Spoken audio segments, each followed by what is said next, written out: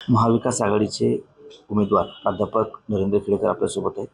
हो, काल उद्धव ठाकरेंची सभा झाली. मोठ्या प्रमाणामध्ये गर्दी होती, कार्यकर्ते होते, पदाधिकारी होते. उद्धव ठाकरेंनी सुद्धा कार्यकर्त्यांना चार्ज केले.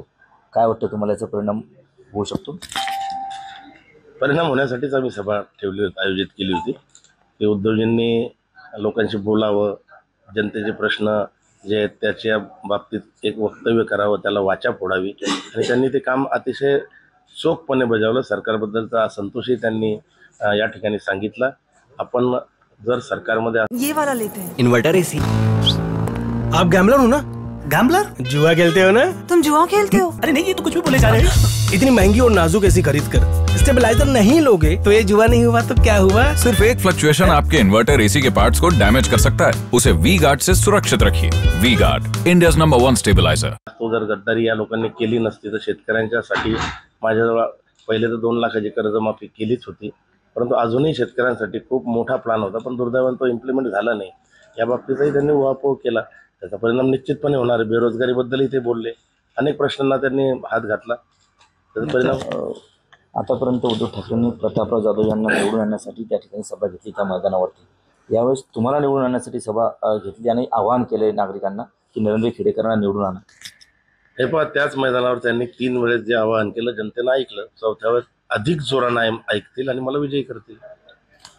जे तुमचे प्रतिस्पर्धी उमेदवार आहेत प्रतापराव जाधव, त्यांचं म्हणणं आहे की माझी लढाई जी आहे ती प्राध्यापक नरेंद्र खेडेकर यांच्यासोबत आहे.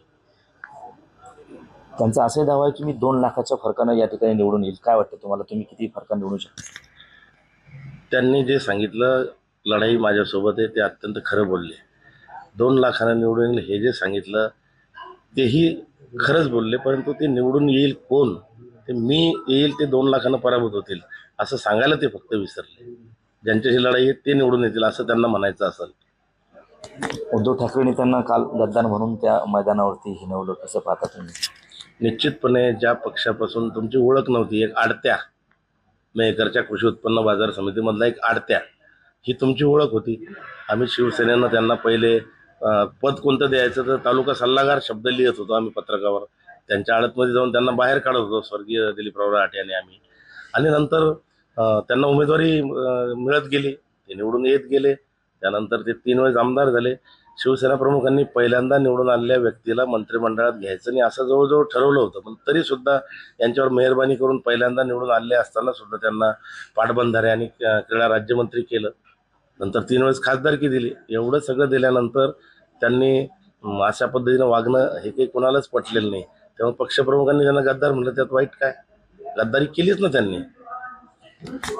एकंदरीत पाहिलं तर जिल्ह्यामध्ये विद्यमान जे उमेदवार आहेत प्रतापराव जाधव यांच्याबद्दल नाराजी असा सूर उमटतोय. नागरिकही म्हणतात, त्यांचे विरोधकही म्हणतात. पण नाराजी काय आहे, काय केलं त्यांनी?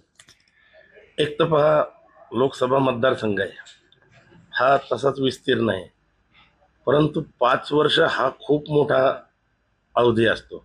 यांना 15 वर्ष मिळाले आणि यांनी कोणाशी संपर्क ठेवला नाही. अनेक गावं असे आहेत की 15 वर्षामध्ये तिथं पोहोचलेच नाही. आम्ही ज्यावेळेस जनतेला प्रश्न विचारतो की तुमच्या गावामध्ये खासदार किती वेळेस आले, तर लोक म्हणतात एकदाही आले नाही.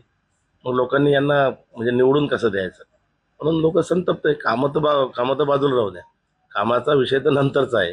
बेरोजगारीचा विषयही आहे, शेतकऱ्यांच्या मालाला भाव नाही हाही एक मोठा विषय आहे, हे तुम्हालाही माहिती आहे. मग आता आहेच काय, इथं नोकरीही नाही, शेती पिकते पण विकत नाही, विकलं तर त्याला भावही मिळत नाही. मग लोकांनी जगायचं कसं?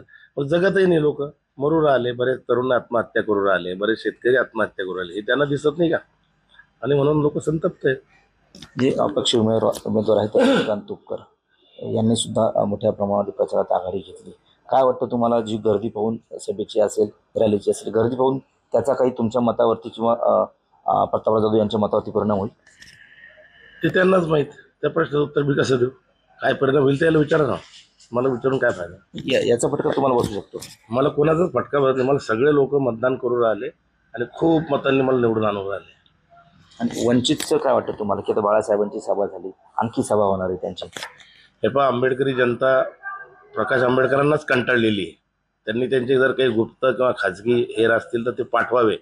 त्या लोकांनाच हे पटलेलं नाही की 400 पारची भाषा करणारे भाजपवाले जर अशा पद्धतीनं आपण आपले सेक्युलर मतं जर आपल्या महाविकास आघाडीला न देता तिसऱ्या ठिकाणी प्रयोग करत बसलो तर भाजपला मदत होईल, म्हणून त्यांचेच लोक कंटाळलेले आहेत आणि ते त्यांच्या निर्णयासोबत नाही आहे. हे ज्यावेळेस निकाल लागल त्या मागच्या उमेदवाराशी ज्यावेळेस कम्पेअर केल्या जाईल किंवा मागच्या 19ला त्यांच्या वंचितच्या उमेदवाराला किती मतं मिळाले होते आणि आता काय एवढे कमी मिळाले, त्यावेळेस त्यांनी विचार करावा की आपले निर्णय असे वाकडे तिकडे घेऊ नये. महायुतीमध्ये सगळे आजी आमदार असतील, माजी आमदार असतील, हे सगळे कामाला लागले. तुम्हाला हरवण्यासाठी सगळेजण आटोकाट प्रयत्न करतायत. सगळे तयारीला लागले. भारतीय जनता पार्टीनं त्यांना विशेष करून भाजपच्या लोकांना धमकीवजा इशाराही दिला की ज्याच्या मतदारसंघात लीड मिळेल त्यांचाच तिकिटाचा विचार करू म्हणून ते तयारीला लागले. काल राष्ट्रीय अध्यक्ष JP नड्डाची सभा झाली. आता गोविंदाची रॅली म्हणतात. या ठिकाणी मुख्यमंत्री, दोन्ही उपमुख्यमंत्री या काल ज्या मैदानावर आपली सभा झाली तिथे येत आहेत. आमचे रस्त्याचं काम ज्यांनी चांगलं केलं, नितीनजी गडकरी साहेब ज्यांचं नाव आहे, ते पण उद्या चिखलीला येणार आहेत. तर असे अनेक लोक येतील, प्रचारात उतरतील, चंग बांधतील, पण त्यांना निकाल लागल्यावर कळेल की याचा काहीही उपयोग झाला नाही. जसं कालच JP नड्डाच्या सभेला लोक नव्हते तर आमदाराला माहीत घेऊन सांगावं लागलं की हेलिकॉप्टर पाहायला लोक गेले. आता लोक हेलिकॉप्टर पाहायचे राहिले का? असे काहीतरी त्यांना बिचारायला सराव करावं लागते. लोकांचा मूड नाही, अजिबात नाही, यांच्यावर संतप्त आहेत लोक. नक्कीच. तर हे होते प्राध्यापक नरेंद्र खेडेकर, जे महाविकास आघाडीचे उमेदवार आहेत. कॅमेरामन निलेश देशमुखसह गणेश सोळंकी, TV9 मराठी, बुलढाणा.